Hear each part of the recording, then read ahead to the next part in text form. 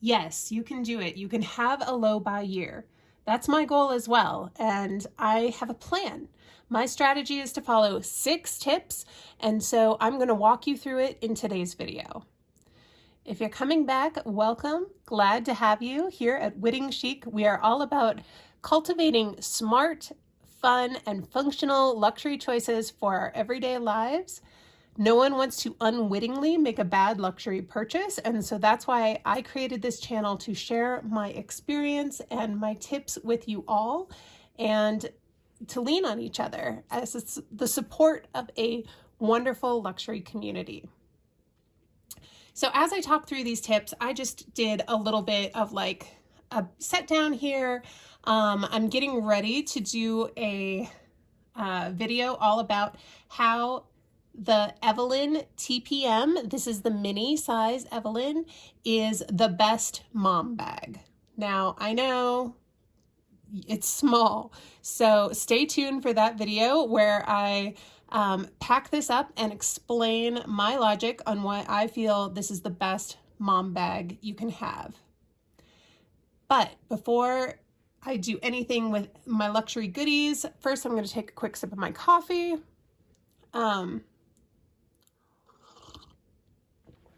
There you go. I tend to use this wonderful book as just sort of like a little coffee rest when I'm filming or doing other things. I just love it. I love the orange, the pop of color. I love these teacups too. I use these for coffee, but these are just fantastic. So I will do a future video all about my mug collection from Hermes. Back to the topic of today's video. So the first thing to do to have a low buy year, I get it. It is New Year's time. We all want to reset and have our goals. I've seen a lot of people on YouTube talking about having a low buy year, but the first thing you need to do is define what it is for you. So look back at your previous year, look back at previous years that you've had in general, and take a look at what your spending habits have been like. Spend a little time to reflect, maybe journal about it, chart it out, think about what the previous years have brought you. And that will help provide you with a baseline and notice the trends. Have you been spending more and more every year? You're trending upward, and maybe that's why you are feeling this need to cut back, pull back, spend less this upcoming year. Now I'm just gonna kind of play with some of these goodies from my bag as I'm talking through this video, just for a little bit of eye candy. Nothing to do necessarily with the tips, more just for funsies. So this is my Louis Vuitton key clay. I use this for absolutely everything. I'm using it as my wallet right now, and I'm obsessed. This is such an amazing all-weather, perfect piece. If you don't already have one in your collection, I highly recommend it. Number 2, tip on how to have a low buy year: set a goal. Be realistic, all right? You've just looked back at your previous years. Now, what are you going to do this year to constitute a low buy year? What does that mean for you? If you bought 6 handbags last year, this year, does that mean you're only going to buy 2? You'll need to decide for yourself what that means and think about how you're going to stick with it. So think about how you can realistically set that goal so that if you are tempted by something, do you have any wiggle room in your plans to sort of fall down a little bit and then get back up in the saddle and keep going? 3, the third tip on how to have a low buy year: have an accountability partner. Okay? Tell someone. Even if you just tell your mom or your dog or your partner, tell someone who can help keep you accountable for that goal. I love having a circle of friends that I make pacts with or set goals with. It's wonderful to just shoot each other like a quick text or an update, Maybe you have a community of people who share same hobbies or interests that you can tell. Maybe you're on YouTube and you want to just be able to, talk to people that you've met through this wonderful community, but have somebody that you can be accountable to. This will help make it more real to you, and you're more likely to stick with it if you have a sense of, I might let this person down if I don't stick to my goal. Tip number 4, and this is going to be perhaps the hardest one. Change your habits, okay? You can't have a low buy year if you keep doing all the same things that led to your high buy years in years previous. You need to anticipate your shopping temptations. So if you are like me and you spend a lot of time scrolling through Instagram to help you de-stress at night, if you're part of that mom trend of revenge procrastination, where, that's just sort of how you decompress, is that you kind of give the old social media a scroll, you're going to be bombarded with advertising, right? Change your habits. Stop scrolling at night before bed. This is going to be a big one for me, and it's hard. I have already been trying to do this and to replace scrolling with reading. I started with this little book and it was wonderful. And now I have a stack of books on my bedside table, and I'm like kind of carrying them around the house with me and putting them on my desk and trying to remind myself that reading more is one of my goals in this next year. And hopefully this will help reinforce the change in my habit that I actually want to change, which is to expose myself to fewer new items, fewer shopping temptations, fewer advertisements, fewer influencers just selling me products, right? So I'm going to try to change my habits, get out of those old shopping patterns. Okay. Tip number 5 on how to have a low buy year: take up a new hobby. Literally, keep yourself busy. If you are scheduled and you don't have time to shop, then you're not shopping. You're not spending that money.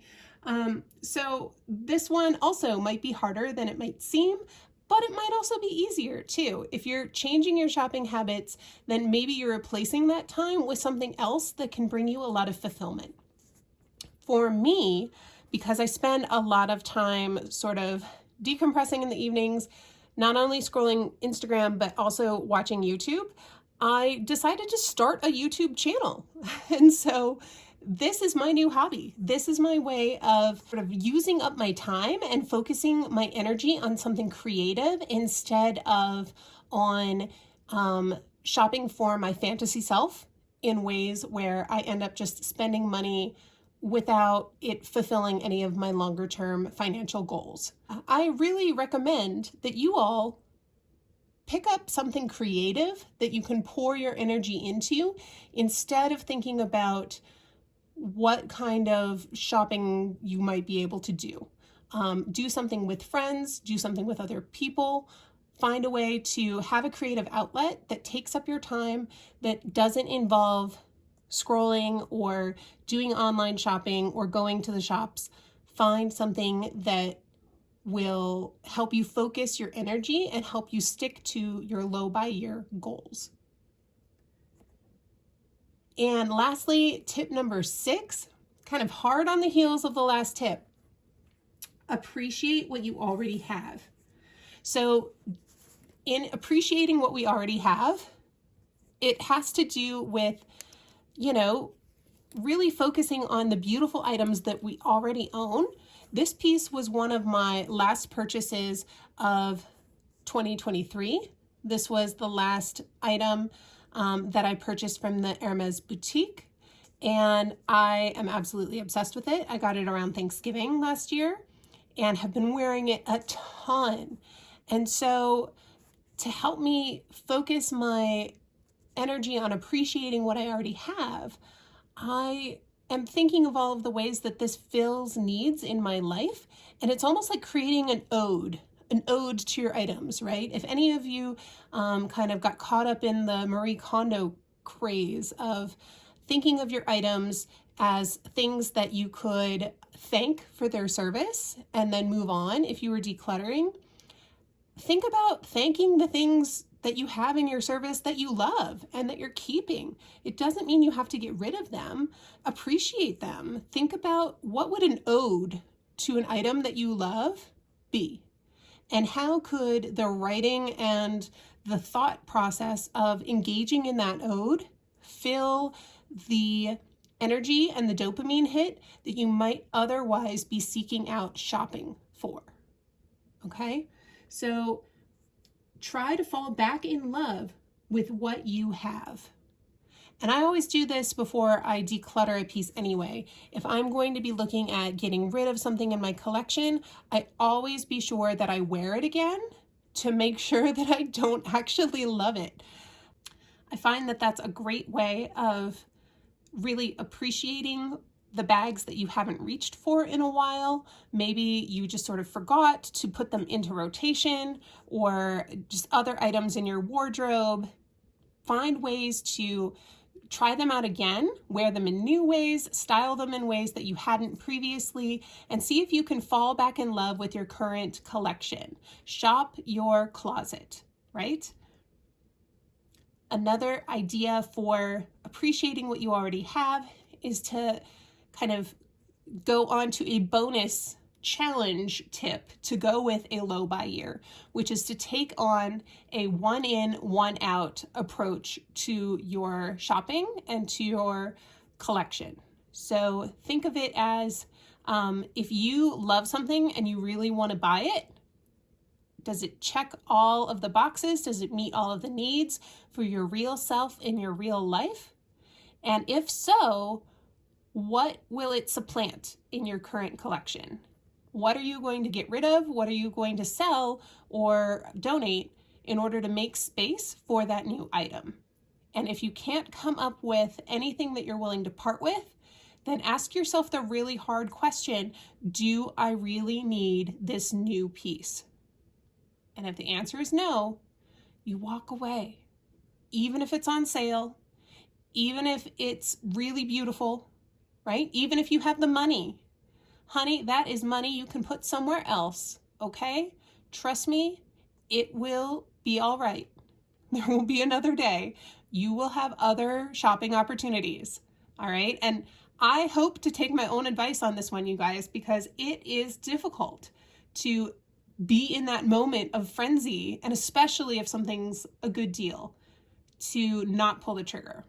So it's a challenge for myself that I am also hoping to adhere to this year, is one in, one out, having a low buy year, and even having a dry January to start things off. I'm halfway through and I plan to do a different video about a dry January, but GPS is in the middle of his dry January and I am doing the same thing. So if you're like me and you want to join me on this journey, please consider liking this video and subscribing. I really do appreciate it. I have a lot of ideas and a lot more content coming your way, a lot of beautiful eye candy, and many more things that I plan on showing you all in the future. So please do stick around, and wherever you are in the world, I hope you're having a wonderful day, that you find something to smile about today, and that you take care. All right, I'll see you in the next one. Bye.